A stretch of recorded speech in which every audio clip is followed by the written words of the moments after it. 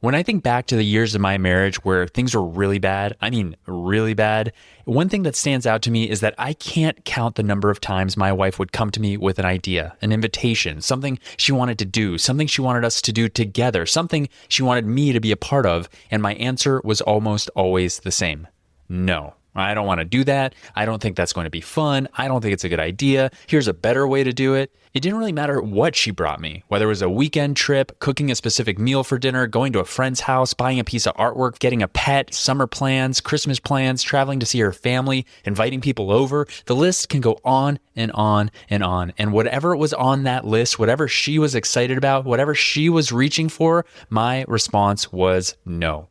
I held on to control like it was my job. I wanted things done my way, on my terms, on my timeline. But here's what made it even worse. Every once in a while, I would say yes, but it wasn't a real yes, and I have no doubt that my wife could tell. It was the kind of yes where I felt like I had to say it, where the tension in the marriage had built up so much that saying no again felt like it would break something. So I'd say yes, like a peace offering. But everything in me, my body, my energy, my attitude, was still a no. We'd go do whatever she'd plan and it would be terrible. And not because the plan was terrible, but because I was terrible. I was the Grinch, the one ruining it. I'd bring my walls, my hardened heart, my resentments, my annoyances, my frustrations, and I'd pour all of it over whatever I just said yes to. And my wife couldn't enjoy what she'd been excited about because I made sure of that. I could see it on her face, the way her energy would drop the moment she realized I wasn't really there. She'd stop talking about whatever she'd been excited about. She'd go quiet. And the worst part was I knew. I could feel what I was doing to the moment. And saying that now out loud, it stings. I mean, acknowledging who I was, how I was, what I did to those moments, it sucks. It's one of the many things I look back on and shake my head at myself for. But I don't let that stop me from doing something different now. I don't let the way I was bleed into the way that I am. And if you're feeling that right now, the weight of all the ways you fell short, take a deep breath. Stay with me. Keep your eyes on the work you're doing. Because looking back now, understanding what was really happening, not just in me, but in my marriage, the damage from that pattern is clear. Not just from the no's, but from the poisoned yeses too.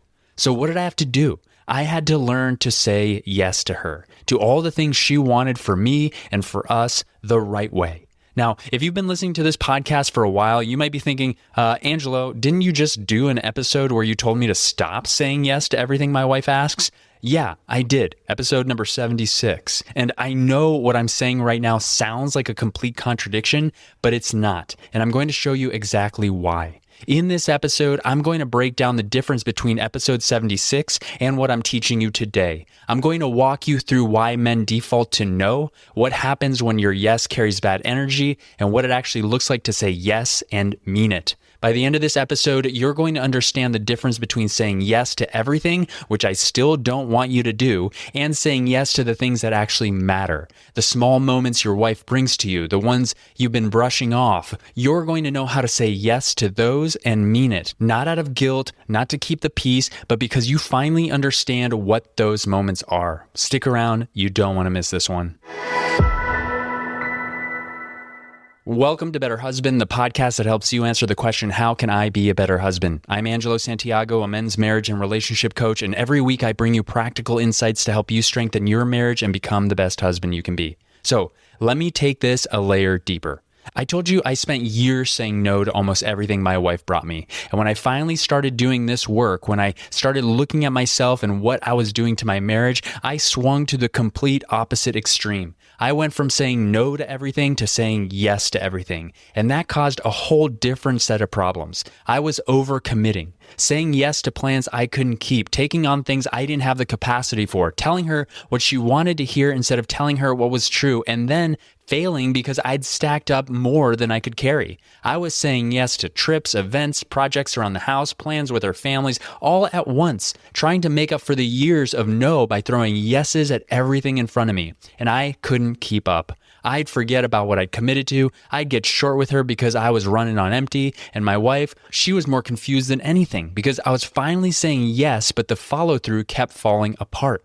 She could see I was trying, but Trying to say yes to everything wasn't what she needed. She needed my yes to actually mean something when I said it. That's actually what episode 76, the one titled Stop Saying Yes to Everything She Asks, was all about. I lived that too. The man who says yes to keep the peace, yes to avoid the conversation, yes because he thinks that's what a good husband does, and then drops the ball because he never had the bandwidth to carry it in the first place. So now you've got both sides of my story. I was the man who said no to everything, and then I was the man who said yes to everything. And I'm telling you, neither one worked. Both of them cost my marriage, just in different ways. There's a verse in the Bible, Matthew 5:37, that says, "But let your yes means yes and your no mean no." And I used to read that and think it was just about honesty. Don't lie. Say what you mean. And it is about that. But when I started applying it to my marriage, really sitting with it, I realized it goes deeper. It's about integrity in how you show up. When you say yes, mean it all the way through, not just with your mouth, but with your body, your presence, your energy. And when you say no, let it be grounded, not reactive, not controlling, not resentful, just honest. The problem most of us run into isn't that we don't know what yes and no mean. It's that we're living in the extremes. All no or all yes. And both of those places cost your marriage. Now, I want to be straight with you. This is nuanced. I'm not going to pretend it's simple. I'm trying to explain to the best I can how to say yes when you've been saying no too much and how to say no when you've been saying yes too much. I get that it sounds confusing, but it's something you have to be willing to look at and acknowledge because how you're handling this right now is affecting your marriage, whether you see it or not. Your wife can feel the difference. She knows when your yes is real, when it's forced, or when you're not saying yes at all. She's living with all three of those. And this episode is about making sure the real one wins more often. What I'm going to walk you through in the rest of this episode is what I learned in between those two extremes. The center, where your yes actually means something and where your no doesn't come from a place that hurts the person you love. So why do men say no? I've already told you about my pattern, control, but that's not the only reason. And when I started coaching men and having these conversations, I found it usually comes down to one of three things. The first one is busyness, and I get it. You've got a full plate, work, kids, responsibilities. There's always something pulling at you. But when your wife asks you to go for a walk after dinner or sit with her on the back deck for a few minutes, and your answer is, I can't, I've got too much to do, I want you to think about that for a second. Because the question isn't whether you're busy. You are. We all are. The question is, what are you choosing to say yes to instead? What's getting your time? Because whatever that is, it's what you're prioritizing over her. And from her side, that's exactly how it feels. She's watching you find time for everything except the things she's asking for. You've got time for your phone, you've got time for the game, you've got time for the garage, the project, the errand that could have waited until tomorrow. And she's not looking at a man who's drowning in responsibility. She's looking at a man who has time, just not for her. And that might not be what you mean, but it's what she's living with. And the second one is control. And this was mine. I didn't just say no because I was busy. I said no because I wanted to be the one making the decisions. I didn't like her plans. I didn't want to do the things she found fun because they weren't fun for me. I wanted things done my way. And I dressed it up like preference. I just don't enjoy that. But it wasn't just preference. It was control. I needed the plans, the weekends, the vacations, the social calendar to look the way I wanted them to look. And anything she brought that didn't fit that picture got a no.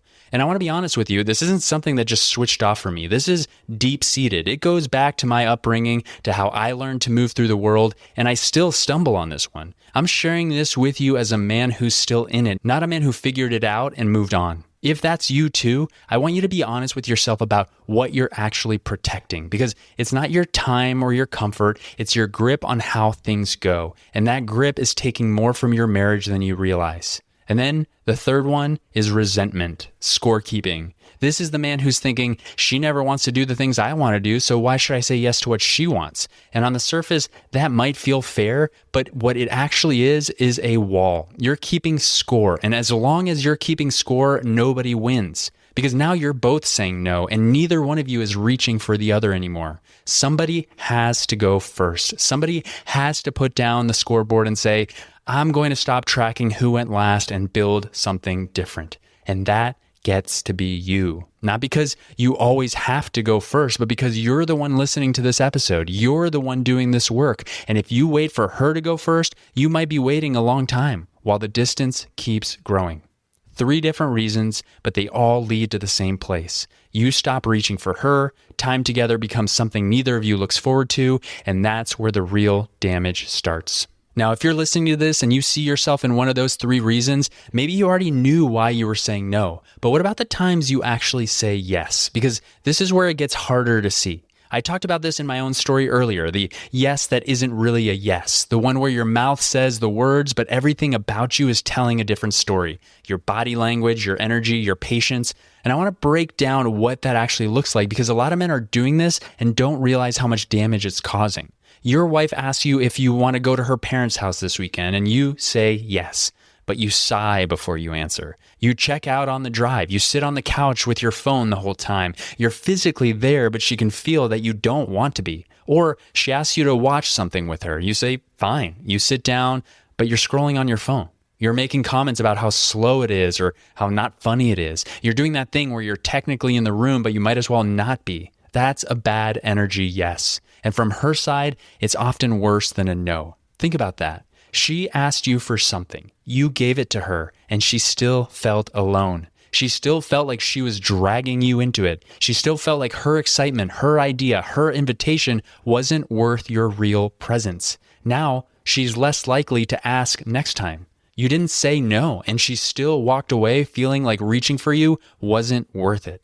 That's the part most men miss. You think you're doing the right thing by saying yes. You think you're showing up. But if your yes comes with resentment, with sighs, with that, let's just get this over with energy, you're not showing up. You're punishing her for asking. And here's what makes it so hard to see. In your head, you showed up. You said yes, you went, you were there. But the test isn't whether you went. The test is whether she felt like you wanted to be there. And if she didn't, if she spent the whole time managing your mood instead of enjoying the moment, then your yes didn't do what you think it did. And if this is something you deal with, if you find yourself saying yes, but making the whole experience miserable, I did an episode on this earlier this year, episode 65, when your wife loves something you don't. Go back and listen to that one because this isn't about loving the thing that she loves. It's about loving her while she loves it. But understand this, saying no is one thing. Saying yes and making her pay for it, that's worse. Because at least with a no, she knows where she stands. With a bad energy yes, she got what she asked for and it still wasn't enough. And that's what teaches her to stop asking altogether.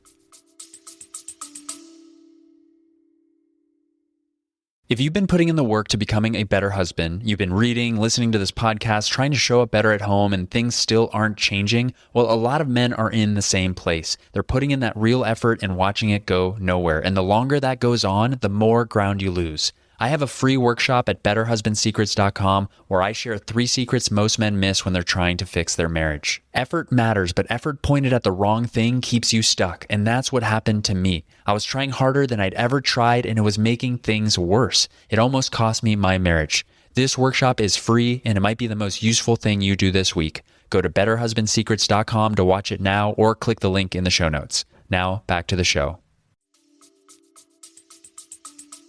So if your default is to say no for any of the reasons I just talked about, or you've been saying yes, but with a bad energy, then what does a real yes actually look like? Well, it starts before your mouth opens. Here's what you actually have to do. Before you answer her, remember who you're talking to. Not a nag, not a taskmaster, not someone who's trying to ruin your day or steal your time, your wife. The person you chose, the person who chose you. And right now, she's reaching for you because she wants to be with you. She wants to share something with you. And I know that sounds simple, but when you've been in the pattern of no for a while, you train yourself to hear her invitations as interruptions. She says, come look at this, and your first reaction is about what it's going to cost you. The shift is catching that and remembering she's not taking something from you, she's offering something to you. That's the first move. Remember who she is to you. Now, the second move is choosing her over your comfort. And I mean that in the everyday practical moments. Maybe your wife wants to invite her parents to stay for the weekend, and you know how hard that is for you. What would it look like to understand how important family is to her, and then do the work ahead of time so you don't shut down, check out, or turn the whole weekend into something miserable for everybody? What conversations would you need to have with her to get ahead of the hard parts? What requests would you need to make so you can actually show up and be present instead of counting the hours until they leave? Or maybe she loves the mountains and you've been picking the beach every summer. What would it take to say yes to her trip? Not out of, I guess I have to, but I want this for her. To acknowledge all the times she said yes to your plans and give her the same. Maybe it's date night and you always pick the restaurant that you want to go to. What would it look like to say, take me where you want to go? I'll give you one from my life. Musicals. My wife loves them. Me, not so much. But what does it take for me to say yes to that? To go and to actually be there, not just in the seat, but with her. To watch her light up during a show and let that be enough. Not because musicals became my thing, because she is. Here's another example. How about something as simple as what you watch together at night? How many times have you gotten to pick? Can you say yes to the show that she loves, the romance, the slow period piece, the thing you never would have chosen, and actually appreciate the time you're spending together? Can you watch her enjoy it and let that mean something to you? The question running through every one of those is the same. What would it take for you to say yes and actually mean it? Not to tolerate it, not survive it, mean it. Because when you do, when your yes is real and she can feel it, the doors open. She starts including you again because now it's safe to reach for you. That gets to the third move, and it's the biggest one. This isn't a technique you try once and show her you've changed. This is how you live every day, every small moment she brings you. Every small yes builds something in your marriage. Every small no chips away at it. And most of the time, these aren't big asks. She's asking you to walk with her, to sit with her, to come look at something, to be there, and that's it. The men I work with who have the strongest marriages aren't doing anything extraordinary. They're just saying yes to the small moments, consistently. And that means when she's reaching for you, she's not bracing for a no or a sigh or an eye roll. She's expecting you'll show up. And when that becomes the pattern over weeks, over months, you feel the difference. She stops guarding herself before she asks you something. She starts bringing you back into the parts of her life she stopped sharing. The trip ideas she would have just dropped, the friends she wants you to meet, the things she's been wanting to share but stopped bringing it up because your reaction wasn't worth the risk. When your yes is real, consistently real, she opens back up and you start seeing parts of your wife you didn't even know you'd been missing. You're building a life with somebody. And if you only ever want to do the thing you want to do, you can do that, but don't be married. Because marriage means her life matters as much as yours. What lights her up matters. What she cares about matters. You're not just inviting her into your life, she's inviting you into hers. Now that you understand the difference between the wrong no, the bad energy yes, and the real yes, let's make this practical. To bring this closer to your life, I want you to answer one question. Think about the last time your wife invited you into something, a walk, a conversation, something she was excited about. What did you do with that moment? Not just your words, your tone, your body, your energy. Were you with her or were you already looking for the exit? Be honest with yourself because she already knows the answer. Now this week, I want you to take these 3 action steps if you want to start applying what you've just learned today. First, pick one thing your wife has been wanting to do that you've been saying no to or putting off. Maybe it's visiting her family. Maybe it's a place she's been wanting to try. Maybe it's watching something together she's been excited about. Identify the thing. Next, get clear on why you keep saying no. Get honest with yourself. What is it about this thing? What excuses are you making? Is it that you're too busy? Are you grasping for control? Are you keeping score? Go back to what we talked about earlier. Busyness, control, resentment. Figure out which one is driving your no. And last, ask yourself, what would it take for you to say yes and really mean it? What would you need in order to show up and actually enjoy the experience of doing something that your wife loves? When you're ready, tell her. Let her know you see that she's been asking for this and that you want to do it, but only if you mean it. Don't let this turn into a bad energy yes. And if you're looking for accountability and support with these steps and you're hearing yourself in this episode, that's what Better Husband Academy is for. It's where the men I work with show up every week on live calls doing this same work, learning how to say yes differently, how to be present for their wives in the small moments, how to stop the patterns that keep pushing their wives away. If that's where you want to be, come join us. Go to betterhusbandacademy.com or click the link in the show notes. I want to leave you with this. Your wife isn't asking for a law when she reaches for you. She's asking for your presence, your attention, your willingness to show up for the things that light her up, not because you have to, but because you chose her and she chose you. You're not just inviting her into your life when you get married, she's also inviting you into hers. You are one, a team, a union, not one above and one below. Every small yes is how you show her that's true. Every walk you take with her, every come look at this you lean into, every moment you choose to be there, really be there and mean it, that's how you build a marriage that belongs to both of you. Not by getting it right every time, but by showing up more often than you don't. I just want to say thanks for being here and for being the man who's willing to look at this. You're listening to Better Husband. I'm Angelo Santiago, and I'll see you on the next one. Thank you so much for listening. Before you go, I have a quick request. If you've ever gotten any value from the show and you want the show to continue to grow, to access bigger and more knowledgeable guests, and to keep providing you with more ways that you can be a better husband in your marriage, simply leave a rating and a review if you're listening on Apple or Spotify. It only takes a few seconds, and those reviews go a long way in attracting more experts and bigger guests to the show. So if you're feeling up to it, as a favor to me, I'd love to see a rating and a review from you. Thank you so much for being a listener and all your support.